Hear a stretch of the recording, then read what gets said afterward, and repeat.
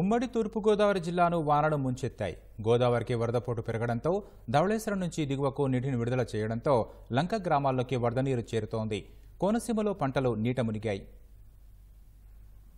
ఉమ్మడి తూర్పుగోదావరి జిల్లా వ్యాప్తంగా కురుస్తున్న వర్షాలకు గోదావరికి వరద ఉధృతి పెరిగింది.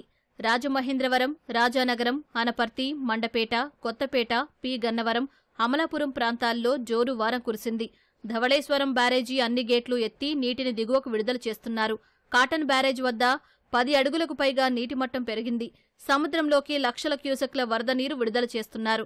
దేవీపట్నం మండలం గండిపోసమ్మ ఆలయాన్ని వరద నీరు ముంచెత్తింది. చింతూరు వద్ద శబరి నది ఉధృతి పెరుగుతోంది. ముంపు గ్రామాలైన సింగవరం, రాజుమెట్ల, కంసాలిపాలెం ముంపు గ్రామాలను మంత్రి కందుల దుర్గేష్ పరిశీలించారు.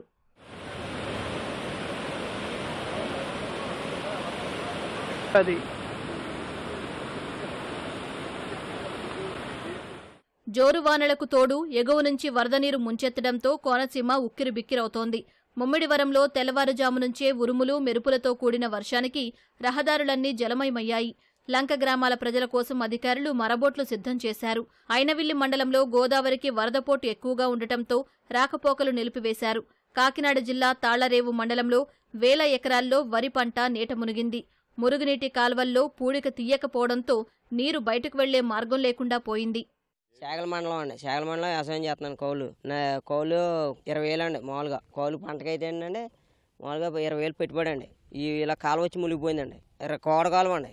కోడకాలువ వచ్చి మునిగిపోయిందండి. మాదైతే 8 ఎకరాలు ఉన్నాయి. ఇంకా పైన ఇంకా చాలా ఎకరాలు ఉన్నాయండి. 4 రోజుల దాకా తీయదండి. ఇది 4 రోజులు పోద్దండి. మొన్నే ఊడ్చామండి. అంత ఊడ్చి వారం అవుతుందండి. ఊడ్చి డబ్బులు అప్ చేసేయండి.